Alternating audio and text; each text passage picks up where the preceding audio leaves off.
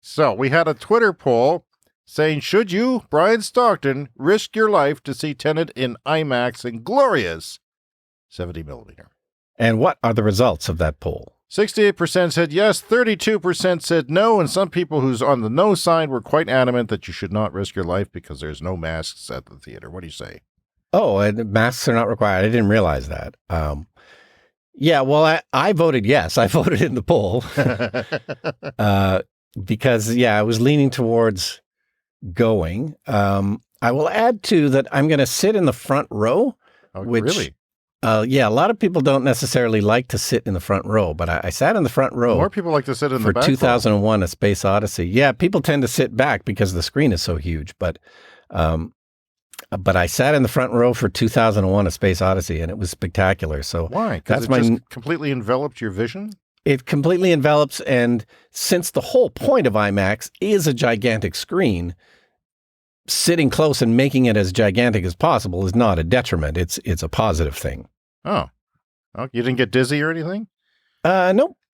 Yeah, so it starts today. I was checking up. There's a website called in70mm.com, and this is the reason I'm risking my life is because it's just a rare thing. There's only about 13 cinemas in the world that are playing it on 15 perf 70mm IMAX film, and one of those is here in our city. So we live in a city of 200,000. We don't have a lot going on for us. Mm-hmm. We have, in fact, I can't think of anything.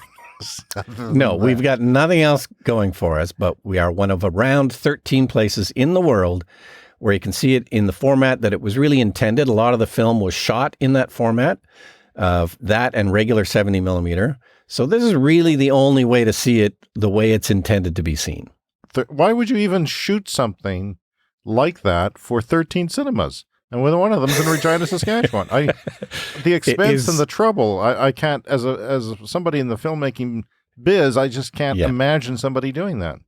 It is pretty strange. So yeah, it's Christopher Nolan, and he can do it because he's one of the top directors working now. It's a legacy thing. I mean, if you want the best format, this is the best format. And one of my film professors always used to say, cinema is forever. So you should never skimp when you're making the movie because, it's going to live 10, 20, 50, 100 years from now. You're not going to want to look at it 20, 30 years from now and realize, oh, I cut corners on that. Cinema is forever. You want to get it right the first time, do as good a job as possible the first time. So if I was a rich guy, I would shoot in that format too. Really? Mm-hmm. Really? Even like something like The Sabbatical, which is just a character piece. Okay, well that's a little ridiculous. No. If it's a little character study, it has comedy. to be action, right? It has to be a grander scale film. Okay. Well, I think as a fellow movie director, you have to be in solidarity with Nolan and go see his film because there's only so many people who can.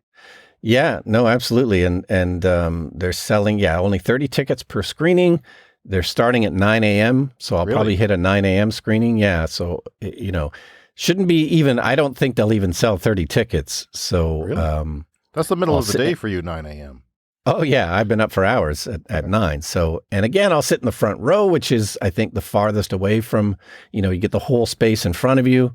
I think it'll be fine. Well, I await your review before I give it my consideration. I'm very curious about it, although... Yeah, I need to know how full the theater is and stuff like that, and get some feedback on sort of what shows are busy and what are not. So, are they staggering it completely through the day because there's only so many tickets, or? Yes, it starts at 9 a.m. and then there's 4 or 5 screenings throughout the day. Will it be 9 a.m. after Labor Day, after things get going again? Well, look on the website. They've got about the first month posted, I think, so you can see. I think it's at 9 a.m. for at least the first few weeks. Well, here's another thing. The film will degrade. The print will degrade. Yes, that's the other thing about film is it is always best to see the film print when it's fairly fresh because, they do get scratched and dirty over time. The IMAX projectors do a really good job of not wrecking the prints, as long as they're used properly. But it is true. You don't want to wait too long. The print gets old. It gets, scratched or dirty. I think I know the projectionist. He goes to my gym, Trevor. Oh, yeah. So, I've had lots of great conversations with Trevor about projecting. He's been a projectionist in our fair city since the 1970s.